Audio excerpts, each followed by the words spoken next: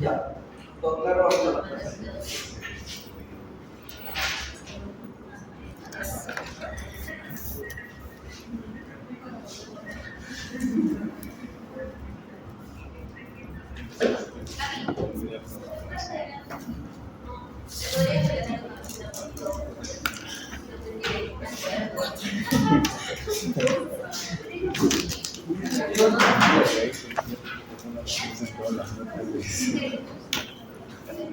Ya, empecemos, ¿vale? A ver, mutaciones. ¿Qué sabemos de las mutaciones? ¿Qué vendría a ser las mutaciones? Ya cambio o alteración, ¿cierto? Del ADN. Cambio o alteración del ADN. ¿Qué más? ¿De las proteínas también puede ser? Ya, básicamente, si cambia el ADN, según la expresión química, ¿qué va a pasar con las proteínas? Va a haber cambio de proteínas. Nos va a afecta a la proteína. Pero para que afecte la proteína, ese cambio, ¿dónde tiene que ocurrir? ¿En qué parte del ADN? En la traducción. Para que afecte la proteína, para que afecte la secuencia de proteínas, ¿dónde tiene que haber ocurrido esa alteración? ¿En qué parte del ADN? Tiene su nombre, ¿no? ¿Regiones o secuencias? Sería la región Codifica. Regiones codificadas. O, mejor dicho, en los codones. ¿Ya? Entonces, si afectan los codones, obviamente va a afectar los aminoácidos que lo componen esa proteína. ¿Okay? Entonces, si el cambio, la alteración ocurre en los intrones, ¿va a afectar la proteína?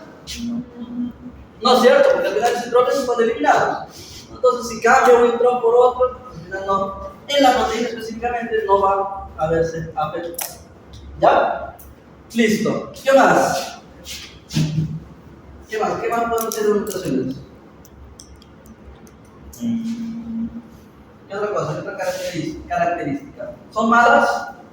Necesariamente una mutación es mala. No.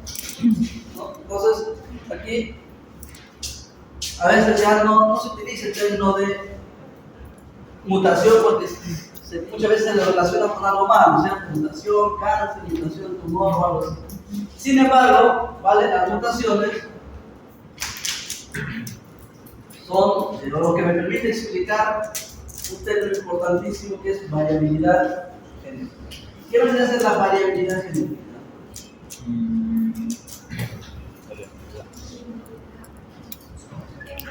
¿Qué tenemos con variabilidad genética?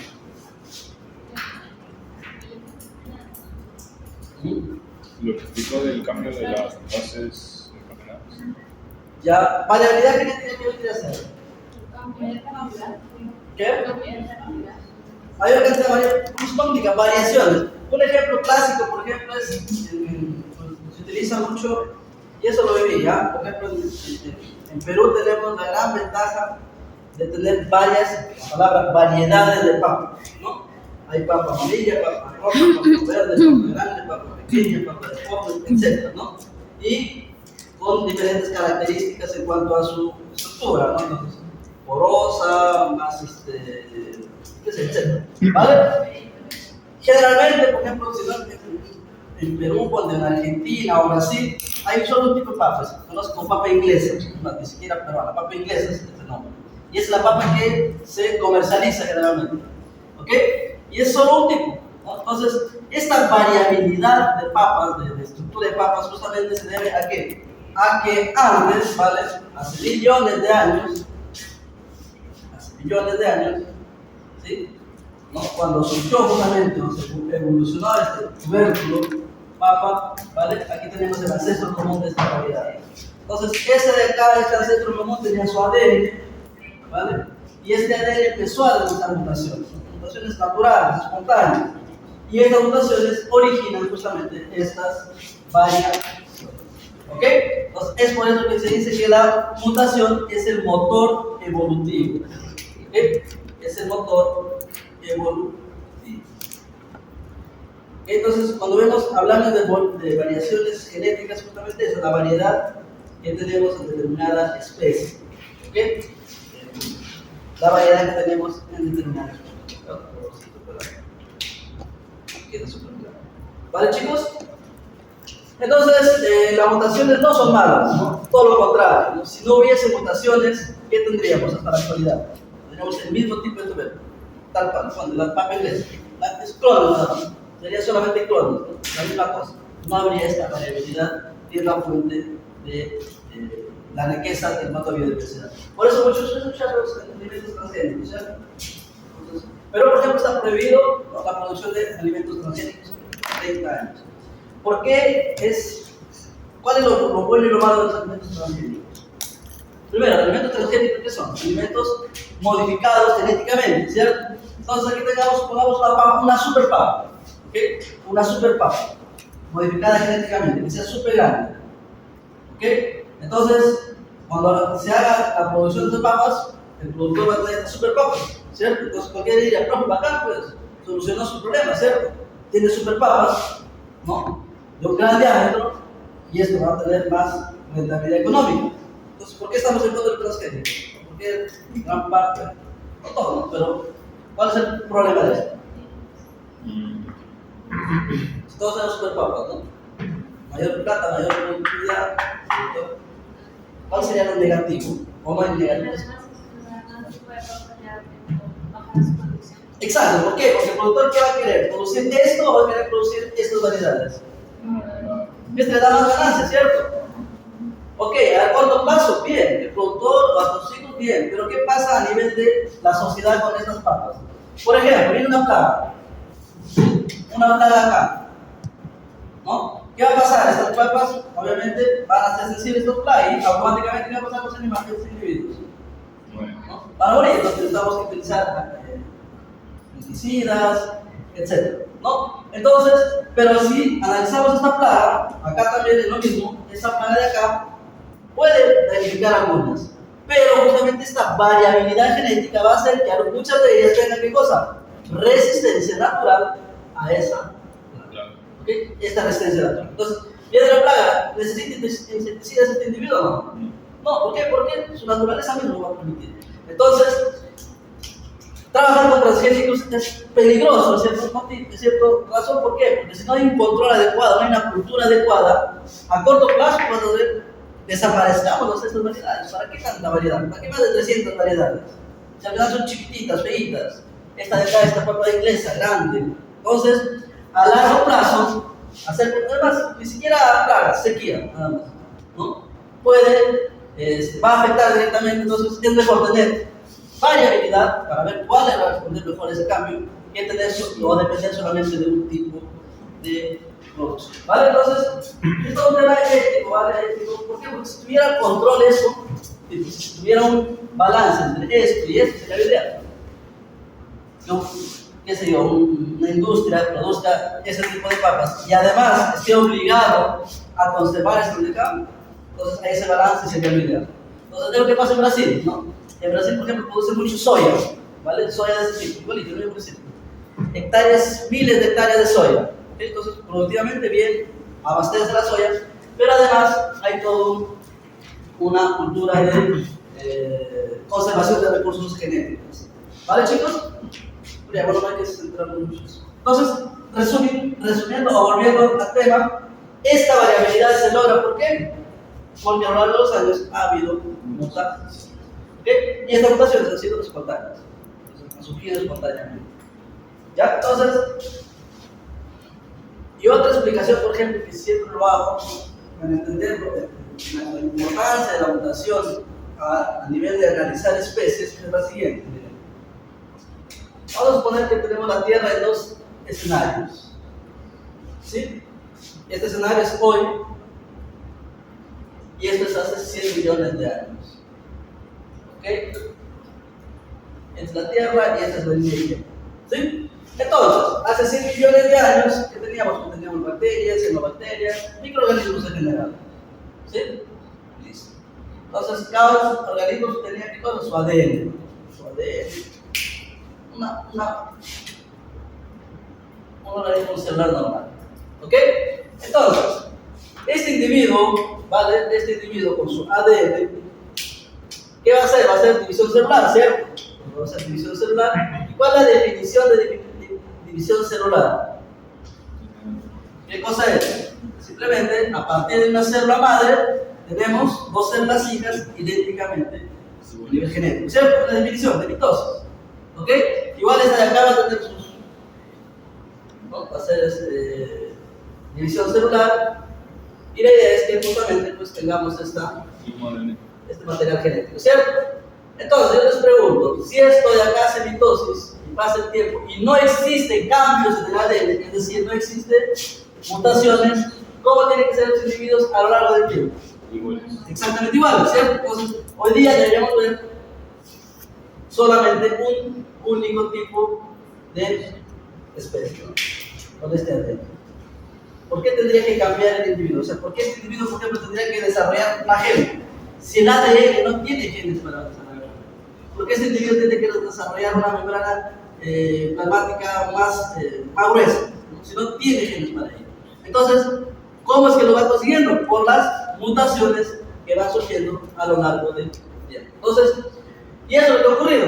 Tenemos aquí ese mismo escenario, pero en los cuales ahora sí aplicamos mutación, ¿no? Entonces, vamos a ver sus cambios hasta la actualidad, ¿no? Entonces, va a haber individuos que mutan, sí, que ahora tienen una forma diferente, otros individuos que mutan, ahora tienen un diámetro más diferente, entonces, y así. Ahora, ¿no? ¿Qué vamos a tener? Variabilidad, lo que decía anteriormente, ¿cierto? Variabilidad que, bueno, en este caso es una variabilidad genética mucho más compleja. ¿Por qué? Porque pasó más años. Ya no vamos a tener aquí variedades de papas, sino vamos a tener especies totalmente diferentes, ¿sí? Familias totalmente diferentes. Entonces, mamíferos, aves, reptiles, etc. ¿Ok? Entonces, pero siguiendo esta lógica, ¿no? Se conoce como ancestro en común. Pero vamos a ver en detalle ya cuando hablemos de evolución. ¿Ok, chicos? Entonces, esa es por eso que se dice que es el motor, ¿vale? El motor evolutivo. ¿Ya? Ahora, pregunta. Si, por ejemplo, un organismo, ¿vale? Un organismo adquiere una mutación, ¿vale? Vamos a hacer en corto plazo, ¿vale? En corto plazo, un organismo adquiere una mutación. Vamos a suponer que sea por radiación, ¿sí? O porque consumió algo que es altamente cancerígeno y adquiere una mutación. Pregunta, ¿esa mutación va a ser heredada, va a ser pasada a su descendencia? No. ¿Sí o no? No. ¿Y cuándo sí y cuándo no? ¿O nunca? Podría pasarse a su generación siempre y cuando sea natural del propio ser, Ya. no por factores externos. A ver, está cerca, está cerca. ¿Dónde la personita, ya? ¿Qué es la personita? Y acá tenemos su descendencia.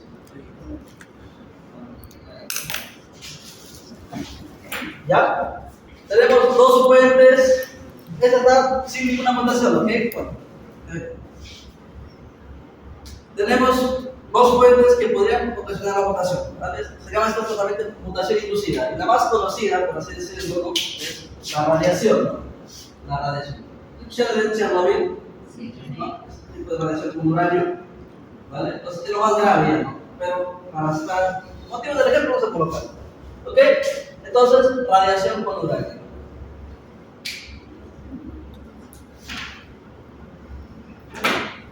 ¿Ok?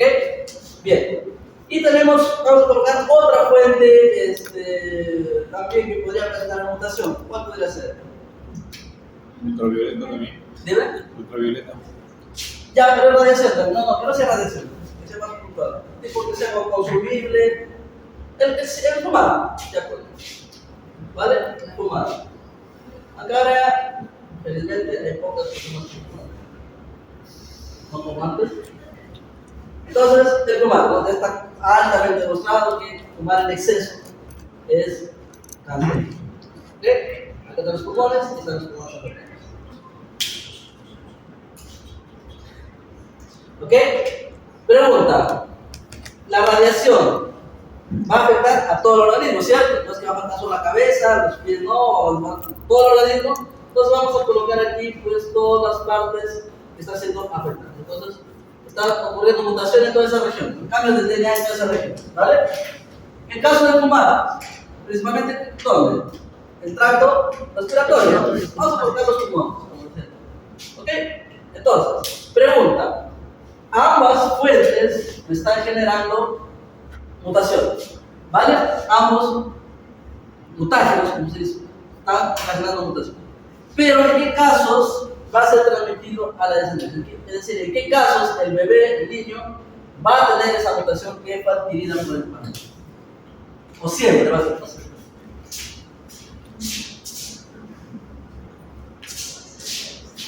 ¿O siempre va a transmitirlo? ¿En qué casos puntuales? Cuando afectencia a la ley. ¿Cómo? Cuando afectencia a la ley. No, en ambos casos estamos hablando de mutación. Acá me está causando una mutación a los pulmones, acá la mutación a diferentes partes del cuerpo. O sea, ya me está afectando la ley, estamos partiendo de ese desecho. ¿En qué caso, por ejemplo, el niño saldría? ¿No? Sabemos que la radiación sí o sí va a ser, ¿no? ¿Pero por qué? ¿Cómo lo explicamos? Hay una forma, hay una explicación sencilla. Para que se forme este niño, ¿qué tuvo que haber pasado? Tuvo que haber la fecundación, ¿no? Entonces, es decir, este individuo, supongamos que sea hombrecito, tiene que producir ¿qué cosa? Espermatozoides. Se tuvo que casar con una mujer, la cual produce ovocitos, ¿no? Se juntan, fecundación, nace el bebé. Listo. Para que lo pase al bebé, ¿qué células tienen que estar afectadas? Las células germinales. Básicamente por eso. En este caso, entonces, la radiación celular va a afectar las células germinativas. Sí, va a afectar todo el organismo, ¿cierto? El fumar va a afectar las células germinativas. En primera instancia no, salvo que haga metástasis, ¿no? Otra cosa. Pero en primera instancia no. Entonces, si es que el mutágeno afecta las células germinativas, en ese caso, sí va a transmitirlo a la descendencia. ¿Sí? Si el mutágeno afecta a las células germinativas, sí va a ser transmitido a la descendencia. Es la misma explicación que el tema de transmisión de enfermedades infecciosas, ¿no? El virus, por ejemplo, el VIH. ¿Sí? ¿Por qué una persona, un bebé, tiene altas chances de tener virus si sus papás tienen VIH? ¿Por qué? Porque está en las células germinativas. ¿Okay? Está, su virus puede entrar a las células, ¿vale? Entonces, por ejemplo, si tiene un parásito de Escherichia coli que no es intracelular, si un individuo tiene alta carga de Escherichia coli, su hijo va a tener alta carga de Escherichia coli, no necesariamente, ¿no? ¿Por qué? Está afuera. Entonces, no es intracelular, ¿no? Entonces, ¿cuándo sí me preocuparía? Cuando esa infección es intracelular. Entra, perdón, en o los espermatozoides o los ovocitos. ¿Vale? Los virus, lamentablemente, todos, ¿no? Todos son intracelulares. ¿Sí? ¿Claro, chicos? Sí. ¿Sí? Entonces, es así que nosotros explicamos cuando un mutágeno recién adquirido puede ser transmitido a la descendencia. Ahora, si este individuo ya tiene la mutación, ya nace con la mutación, ¿lo va a transmitir a su descendencia, sí o no? Cierto. ¿Sí? ¿Por qué nace con la mutación? Está en su ADN. No es que está solamente en las células sanguíneas o células digestivas. Las germinativas no. Si ya nace con la mutación, quiere decir que la primera célula que lo tuvo, que es el cigoto, ya tenía esa mutación. Entonces, simplemente el cigoto, ¿qué hace? Se multiplica y se diferencia como va el feto. Entonces, si ya no tiene la primera célula, todo el organismo va a poner. ¿Ya? ¿Claro, chicos? ¿Sí? Listo. Entonces, eso debería ser mutación en el sentido.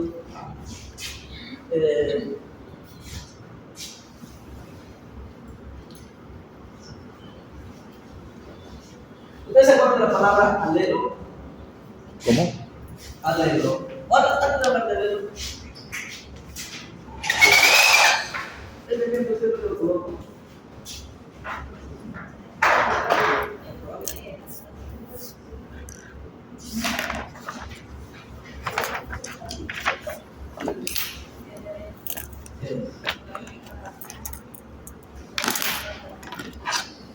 -2.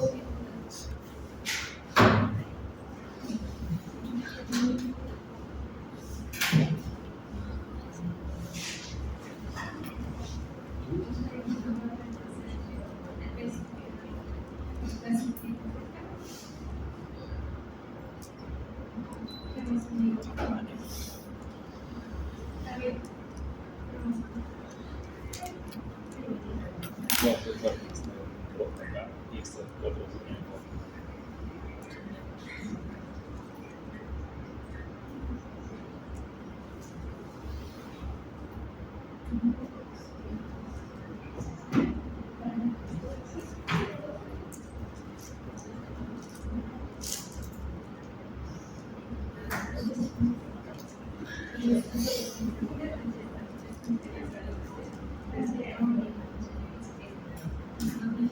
Ya, a ver, aquí está, chicos. Hablando de mutación y su relación con la evolución, ¿vale? Primero, el perrito, a ver. Cánidos familiares, perro doméstico, domesticado por el hombre. ¿Hace cuánto tiempo surgió? Aprox. Años, más o menos. Sí. No voy a exactamente, más o menos. Hace Más o menos 10.000 años. 10.000 años. ¿Hace 10.000 años? ¿Alguien más? ¿100.000? ¿200.000? ¿Una referencia? Ya, 10.000, no. Una plata. 2.000 años. Vamos. Exactamente. Entonces, a ver, eso, o sea, saber exactamente no hay forma, ¿no? Hay rango, ¿no? 30.000, 40.000, algunos están diciendo 50.000 el primero lugar, ¿no? Pero ¿por qué cuánto? 30.000, ¿sí? Aprox. ¿Cómo así el hombre logró domesticar a cánidos familiares? Entonces, hay varias teorías, ¿vale? Varias teorías, pero la más así, y relacionada con la genética, justamente es la siguiente. Entonces, vamos a partir de que tanto el cánidos familiares como el lobo gris, ¿vale? Tienen ancestro común, bueno, tenían, pero no existe. Tenían, sí, hace 50.000 años, ¿vale? Un ancestro en común. ¿Ok? Lo están habitando, tenemos aquí al ancestro común, vamos a colocar el color azul, ¿vale? Entonces, este es el ancestro en común entre cánidos familiares y el lobo gris. ¿Ok? Bien, entonces, a su vez, ¿vale? En este ecosistema, ¿vale? Está el Homo sapiens, ¿ok? El Homo sapiens ya viene con su humanización, ¿no? Entonces, aquí ya tenemos unos asentamientos humanos, ¿ok? Asentamientos humanos.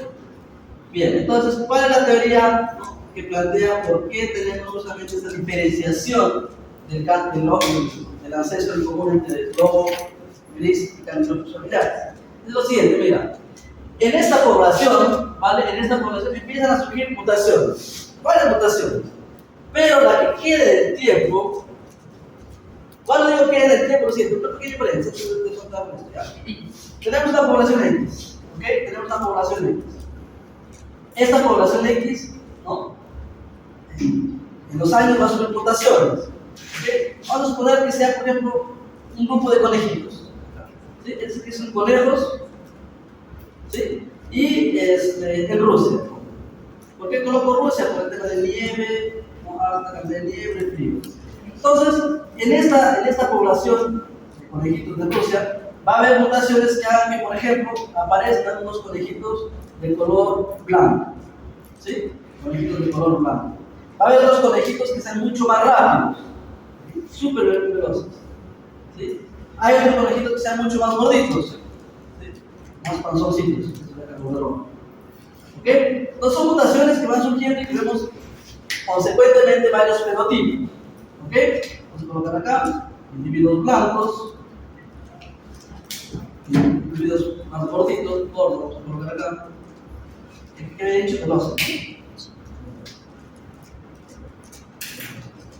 ¿Quién va a determinar qué individuo, por ejemplo, queda en los años? ¿Ok? ¿Quién va a determinar qué individuo queda en los años? No es nadie más que la naturaleza. ¿Ok? Eso se llama selección natural.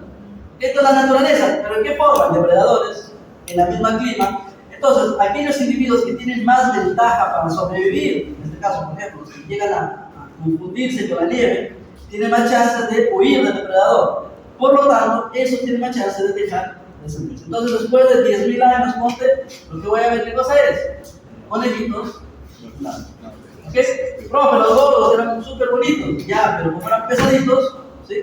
Eran pesados, pues fueron fácil, presa fácil, se extinguieron. Profe, los veloces también pudieron huir, ya, ok. Entonces vamos a colocar aquí también hay un poquito más de veloces. Tenemos dos especies, o dos variantes. ¿Ok? Entonces, lo importante, la selección de la naturaleza determina qué individuos van a poder o tienen más chances de dejar de ser. ¿Vale? Ese principio lo vamos a utilizar acá, en los permisos. El ancestro común es ese, el azul, ¿vale? Pero hay mutaciones, por ejemplo, hay una mutación que ya ha sido reconocida, que ha sido identificada, perdón, que es que un receptor de la melanocortina 2, ¿vale? Y este receptor de la melanocortina 2 está asociado con el metabolismo de cortisol. Básicamente está asociado con la molécula del estrés. Es decir, animales que tenían esta mutación, ¿sí? Animales que tenían esta mutación eran animales más dóciles, ¿okay? Animales que no tenían tanta agresividad. Aquellos que no tenían esa mutación, aquellos que no, eran pues animales, básicamente la característica de los caninos, altamente agresivos. Entonces, ¿qué pasó? Con el largo de los años, estos animalitos que tenían la mutación podían acercarse a donde está el humano y ¿qué? Recibir, en principio, la sopa. ¿Ok? Entonces se acercaban, el humano veía que este animalito se acercaba, le daba alimento.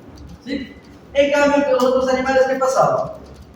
Los que no tenían esa mutación, simplemente se acercaban igual por el tema del alimento, pero sin tener contacto con los animales. Entonces, esto, a lo largo de los años, permitió este gen, permitió que el hombre tenga mayor facilidad en domesticar a estos animales. ¿Okay? Entonces, la mutación hace que ese animal sea más dócil, consecuentemente, el hombre los pudo adaptar, domesticar a lo largo de los años. Entonces, repito, no es un proceso de, ya, tengo un lobo ahorita, les presento un lobo. Profesión génica, todo que busquemos un gen, listo, ahora es un perro. No. Entonces, tiene cambios morfológicos y eso involucra pues miles de años. En la evolución no ocurre de un día para otro. Pero sí se puede decir que fue el desencadenante para separar estas dos poblaciones. La población que luego va a dar origen a candidiopos familiares y la población que dio origen luego al lobo. ¿Sí? Bien, entonces, eso es respecto a la evolución y mutación.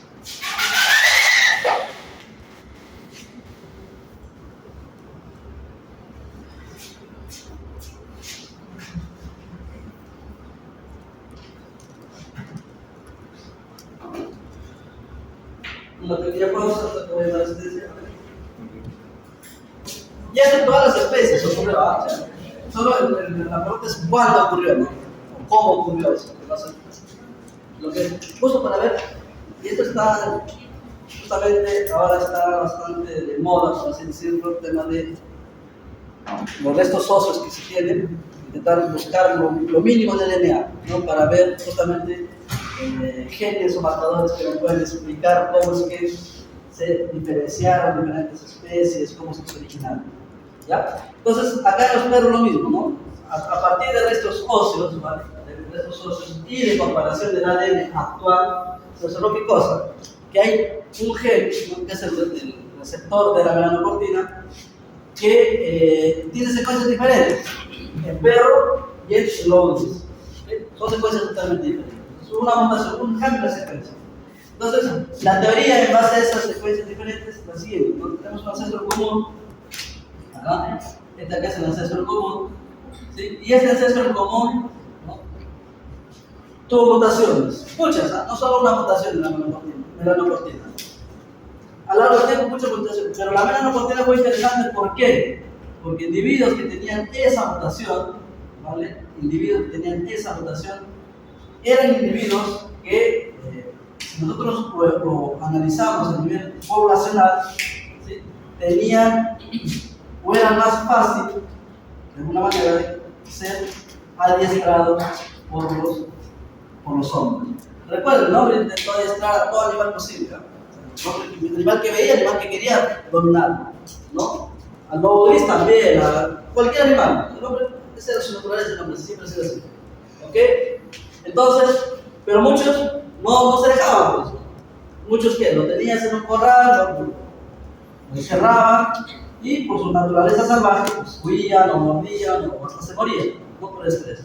Entonces, ¿qué pasó con en este caso, el perro? Lo mismo. El hombre intentó dominar, ¿cómo? Dándole comida, colocándole niveles, pero ¿cuál es la diferencia entre el perro y el lobo gris o los zorros? Es que el perrito se quedaba. No hay movida, no le dabas comida, el perro se quedaba. ¿Pero por qué se quedaba? ¿No? ¿Qué pasó? Justamente genéticamente se observó que estos animales que se quedaban eran aquellos que presentaban esa mutación. Son dos mutaciones, la verdad, ¿sí? En el gen melanocortina. Y justamente, si nosotros analizamos ese gen está relacionado con el metabolismo del cortisol. ¿El cortisol qué cosa es? Cuando hay mucho cortisol, ¿qué pasa con el individuo? Resulta bajo los niveles de estrés, agresividad, ¿no? Entonces hubo toda esa correlación. Entonces, ¿por qué no se iban? Porque los perritos, después de darles de comer, no se iban como todos los otros, porque simplemente eran menos agresivos, estaban más tranquilos. Tenían zona de confort. ¿Ya?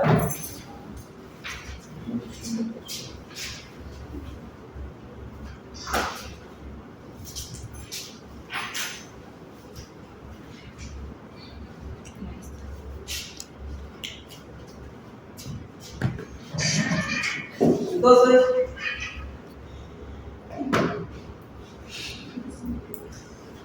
aquí ya vamos a hablar de los medios.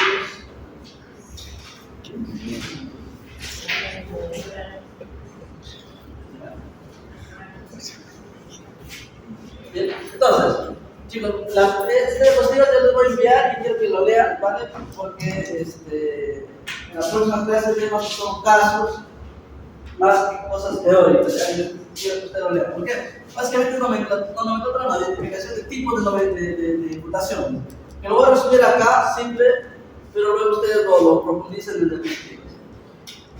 Vamos a partir de esta situación, ¿ok? ¿Qué cosa es? Es una célula, ¿vale?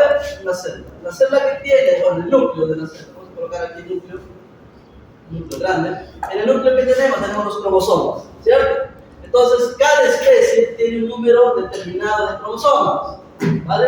Cada especie tiene un número determinado de cromosomas. Por ejemplo, el hombre, ¿cuántos cromosomas tiene? ¿Cuántos pares? 46 o también 23 pares, ¿cierto? A ver, googleenlo, busquen el perro, ¿cuántos cromosomas tiene? El gato, ¿cuántos cromosomas tiene? La vaca, ¿cuántos cromosomas tiene? ¿Qué tal especie? El caballo. A ver, chicos, tenemos pares, ¿vale? El par, no hay unidades. 78 cromosomas el perro. No, pero en pares, ¿cuánto sería? 29 pares. Listo. La vaca tiene 40, 16, creo. 16 La vaca tiene 40, creo. 40 o 50. 16. El gato 19. Ay, sí, La vaquita 30. 30. Ah, 30. 30. El caballo 32. 22. ¿Ok? Listo. 32. No puedes ahí buscar. Lo importante y mencionar acá, la complejidad del individuo, ¿vale? La complejidad no depende del número de cromosomas, ¿vale? Mientras más cromosomas tenga, el nivel más complejo o menos complejo, no tiene nada que ver una cosa con la otra, simplemente el número de cromosomas. Recuerden, el cromosoma, ¿vale? El cromosoma tiene dos regiones, es solamente en biología principalmente. La región llamada heterocromatina y región llamada eucromatina. ¿Qué es la heterocromatina? Vamos a colocar aquí de color verdecito. No, la eucromatina de color verde. ¿Sí? Esto sería eucromatina. Eu viene de verdadero, ¿cierto? Cromatina. Y heterocromatina de color negrito es todo lo contrario. ¿Cuál es la diferencia entre los dos? Las eucromatinas son regiones ricas en transcripción. Es decir, hay genes que activamente están transcribiendo. ¿Ok? Entonces, ¿aquí qué cosas están? Están los genes codificantes, los genes que dan origen a la ARN, de transferencia, al ribosomal, etc. ¿Sí? Y la heterocromatina es todo lo contrario. ¿Sí? Son zonas que no realizan réplicas, transcripción, no realizan transcripción. Por decirlo de otra manera más así, simple, es ADN inactivo. ¿Sí? No hay proceso de transcripción heterocromática. Entonces, puede ser que tengan muchos cromosomas, ¿vale? Pero la mayoría de ellos tengan heterocromatina. Por ahí se puede explicar el tema de tener muchos cromosomas y no necesitar muchas características de su individuo. ¿Ya? Bien, entonces, par de cromosomas. Este es un par, estos dos pares y así, hasta en el caso del perro, por ejemplo, el par 38. ¿Sí? El par 38. ¿Por qué lo dejo el par último? Porque el último, ¿cómo se llama? Este par, ¿cómo se llama? El par sexual. ¿Sí? Vamos a suponer que sea un machito. ¿Sí? Tenemos el cromosoma X. Entonces, esta célula es la célula de un perrito macho. ¿Ok? Donde tiene sus cromosomas, sus 38 cromosomas, más el par sexual X. ¿Ok? Entonces, a esta técnica de identificación de cromosomas se denomina carioptipo. ¿Ok? Carioptipo. Y tenemos esta técnica que me permite visualizar los cromosomas. ¿Por qué tenemos un par de cromosomas de cada uno? ¿Por qué tenemos un par de cromosomas de cada uno? ¿Cómo lo explicamos eso? ¿Por qué no tengo solamente un cromosoma de cada uno?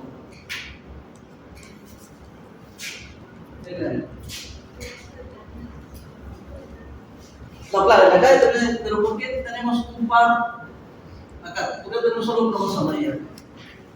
¿Cómo lo explicamos eso? Es una célula, ¿vale? Del perrito, ¿vale? Pero supongamos que sea la célula inicial del perrito. ¿Cuál es la célula de todo ser? ¿Cuál es su célula inicial? El cigoto. El cigoto, ¿cierto? Es el cigoto. Antes de que se diferencie, recién formadito. ¿El cigoto qué es igual? ¿Por qué se forma el cigoto? Hasta ahorita lo dije. Allá por la terminación de las células terminales. Alternativa, ¿cierto? Espermatozoide más ovocito. ¿Sí? Espermatozoide, ¿vale? Espermatozoide más ovocito. ¿Sí? Y el espermatozoide y el ovocito, ¿cómo son a nivel cromosómico? Pues bien, tienen un cromosoma de cada. ¿Sí? En este caso, el cromosoma 1. No tiene un par. ¿Ok? ¿Cómo? Esto justamente se llama células somáticas también. ¿Ok? O autosómicas. O sea, células somáticas y células germinativas. ¿Por qué se diferencia? Por su carga genética. Las células somáticas, es decir, las células de cualquier parte de tu cuerpo, menos las células germinativas. Piel, hígado, riñón, cerebro, cualquier parte son células somáticas y tienen esta composición cromosómica. Las células germinativas, solo los espermatozoides y ovocitos tienen esta constitución cromosómica. Por eso se denominan haploides y a eso ¿cómo se denomina ya? Diploides. ¿Sí? Entonces, a ver, una pregunta para. Yo te llevar a la comida, ¿cierto? En el testículo, ¿tenemos este único tipo de células, sí o no? Repito. En el testículo, ¿tenemos células haploides nada más, sí o no? En los testículos.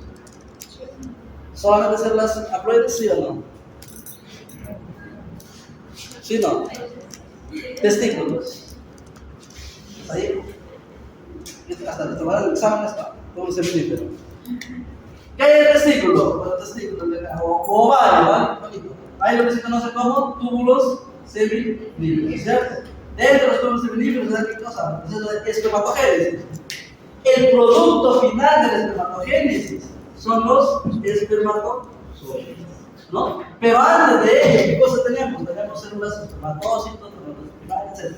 ¿No? Células que se denominan células somáticas. Entonces, ¿Qué tipo de células tenemos acá? Tenemos somáticas y germinativas, de todo. ¿Sí? El producto final son los espermatozoides. Entonces, el testículo no está compuesto solo por espermatozoides. Tenemos células, es más, tenemos células epiteliales, tenemos células parenquimales, etc. Un montón de células. ¿No? Entonces, las germinativas solamente son los espermatozoides. Lo mismo, el mismo principio es el ovario.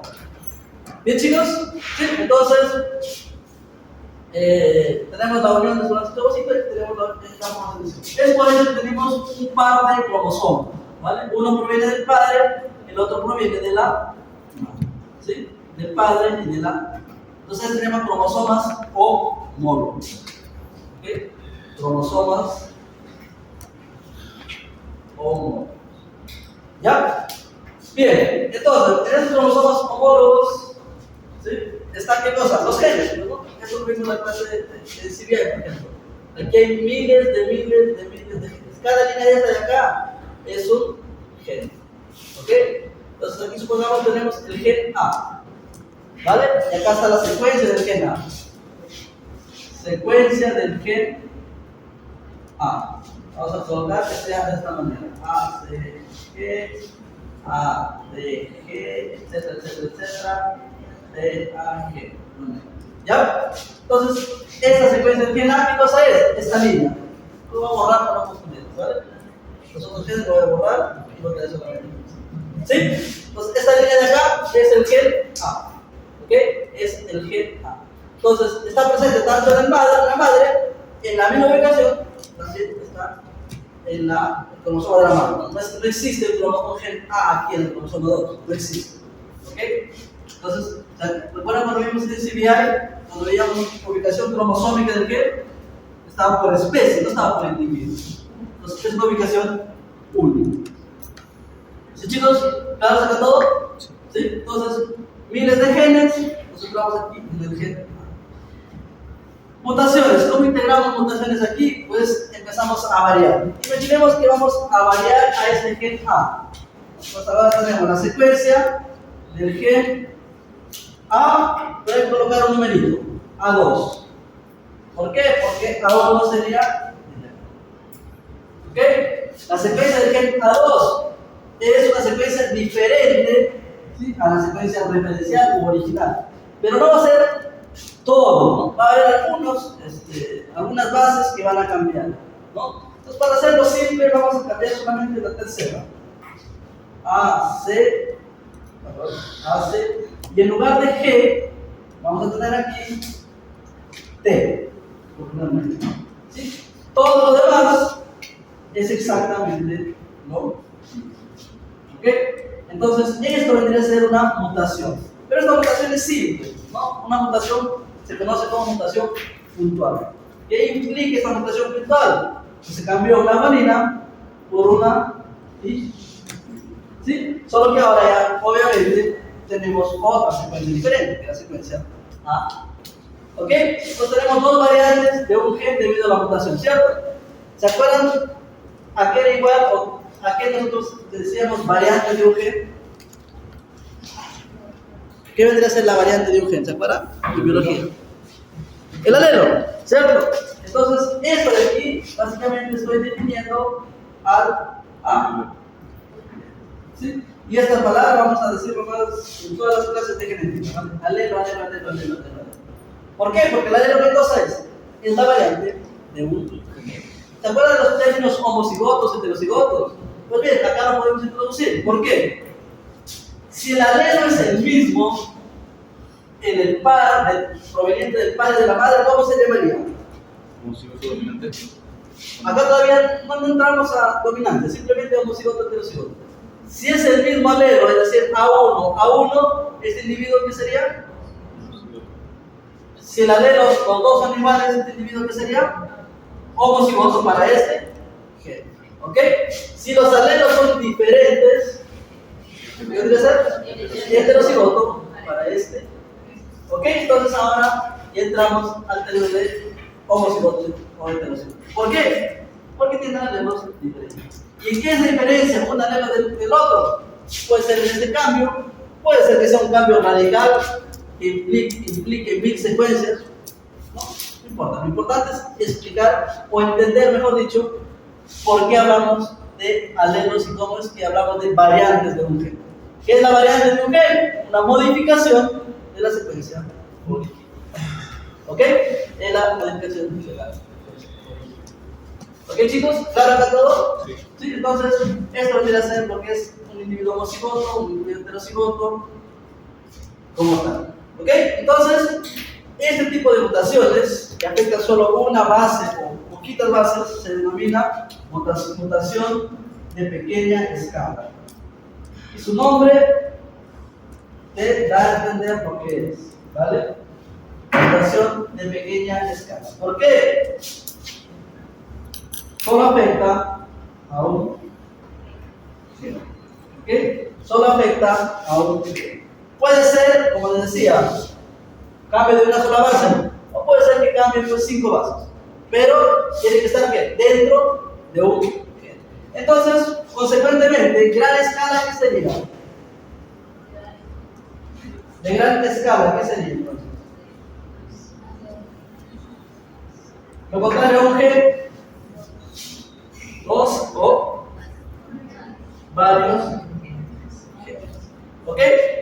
De gran escala, varios genes. Entonces, aquí ya no sería un análisis de analizar solo un gen, sino un montón de genes. Gran escala estamos hablando del cromosoma. Es decir, por ejemplo acá, esta porción ha sido eliminada, ¿no? Si se elimina esta porción, es una mutación. Entonces, ¿qué involucra? Involucra todos los genes que están ahí contenidos, ¿cierto? Todos, imaginemos que hay 10.000 genes ahí. Entonces, todos estos genes han sido eliminados. Tenemos un individuo con una mutación cromosómica, ¿no? Una mutación de gran escala. ¿Ok? Entonces, puede ser, y su nombre, ustedes cuando vean la diapositiva lo van a entender fácil. ¿Por qué? Porque puede ser de lesión, se elimina un fragmento. Inversión, se invierte un fragmento. Duplicación, se duplica un fragmento. Translocación, que sería una palabra nueva. Translocación quiere decir que se intercambia un fragmento con otro. ¿Sí? Entonces aquí tenemos este fragmento, tenemos este otro fragmento, se transloca el verbo. ¿Okay? Entonces un fragmento se transloca con el otro. ¿Vale? Entonces todas esas mutaciones son mutaciones de gran escala.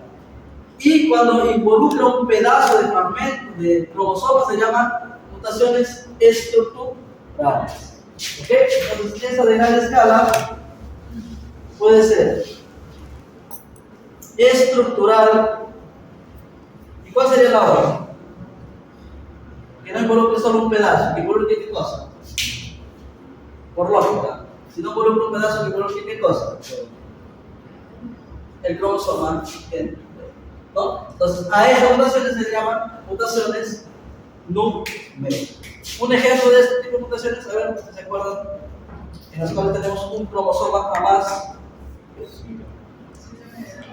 sin novedad, ¿cierto? Las famosas trisomias.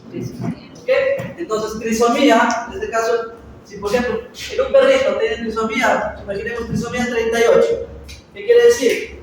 Que en el cromosoma 38 tenemos un juego adicional. No un juego, no, un cromosoma adicional. Esta vendría a ser una trisomía. Una monosomía, solo tenemos un cromosoma. ¿Sí? Entonces, a este tipo de mutaciones se les denomina numéricas. O también una palabra mucho más fuerte, aquí esta palabra ya no se está usando mucho, que son aberraciones. ¿Sí? ¿Por qué? Porque el hecho de que tenga un cromosoma más o pierda un cromosoma, lamentablemente el individuo va a ser muy afectado. Las consecuencias son directas. Acá en la pequeña escala habría que ver si el gen cambió mucho, ¿no? Si es que la propiedad de esta proteína nueva es muy diferente de la original. Habría que ver. Pero acá no, pues, estamos. Imagínense el cromosoma 1, duplicado. El cromosoma 1 es el más grande del cariotipo, entonces tiene miles de genes. Entonces, simplemente este cigoto, al momento de formarse, se va a ir a muerte celular. No existe un cigoto con un cromosoma 1 en el sonido, ¿no? Entren apoptosis. O en el peor de los casos, ¿no? Por eso en reproducción asistida se utiliza mucho, ¿no? Generalmente cuando hay técnicas de fertilización in vitro, que se hace in vitro, las tendencias a tener mutaciones numéricas es altísima, ¿vale? Es muy, muy alta. Entonces, lamentablemente, cuando esas mutaciones numéricas si ocurren en cromosomas clave, el individuo puede, o el niño, perdón, puede nacer sin extremidades, el niño puede con problemas cardíacos, el niño puede... sí, son efectos muy, muy radicales. Entonces, en reproducción asistida lo que se hace justamente es un diagnóstico preimplantacional, se llama, en la cual se hace el cariotipo y se evalúa, ¿no? Si es que tiene, por ejemplo, la trisomía del cromosoma 1, se sabe que ese feto, que se va a morir a los 8 meses de gestación. Sería absurdo continuar con esa gestación. ¿Ok? Entonces, cuando se hace fertilización in vitro es obligatorio hacer eso, ¿vale? Obligatorio. ¿Por qué? Porque el proceso de fertilización in vitro tiende a formar aberraciones numéricas, tiende a formar trisomía. La trisomía 21, la verdad, sería la mejor, entre comillas, que pueda pasar, porque el individuo sí llega a nacer, ¿no? Sí llega a tener una vida más o menos normal. En cambio, si es una trisomía 2, trisomía 1, ni siquiera logra sobrevivir. Trisomía 21, dijo. Trisomía 21 es síndrome de Down, ¿sí? Entonces, el síndrome de Down, a pesar de todas las limitaciones, pero sí es un niño que respira por lo menos. Entonces, en cambio, si es que se forma trisomía, el cromosoma se involucra muchos genes, es grave. Es más, cuando veamos el cariotipo del humano, por ejemplo, ustedes buscan el cromosoma 21 es chiquitito, es súper chiquitito, ¿no? Entonces tiene pocos genes ahí involucrados. Entonces, por eso que esa trisomía 21 llega a ser viable, ¿no? Entonces, sí, pues, En esa consecuencia que hay una mamás, también puede un ejemplo sobre la persona que son semillas pegadas. no, ese impacto, no, ese es aparte. ¿Por qué? Porque si tú vas a sacar el tipo, son diploides. ¿Qué pasa en ese caso? Por ejemplo, cuando son mellizos pegados, ¿cómo se llama la palabra? No necesito. ¿Siamés? ¿Qué? ¿Siamés? Siamés, ¿no? Son pequeños. Ya. Entonces, no, es un problema más que todo del desarrollo post-embrionario, ¿no? Recuerden, esta es una célula, ¿cierto? Esta célula va a empezar a dividirse. Y se divide para formar ¿qué cosa? Los órganos nuevos, ¿cierto? Entonces, si tenemos un embrión, ¿sí? Tenemos dos embriones, perdón, que genéticamente son iguales, y empieza esta división celular, y durante esta división celular ocurre esta ligación de ambas estructuras, va a seguir el desarrollo, ¿no? Sigue el desarrollo. Entonces, por eso ellos se juntan, hay una adhesión celular, pero con desarrollo independiente. Pero esta separación nunca ocurre. Entonces ahí es por la cosa. Pero si analizamos a nivel cromosómico, difícilmente, es normal. ¿Ya, chicos? ¿Sí? Entonces, para terminar, en la diapositiva están estos tipos de mutaciones, por favor chequenlo, ¿vale? Porque la próxima clase vamos a ir con ejemplos directos. Por ejemplo, en bovinos se ve mucho lo que es las mutaciones.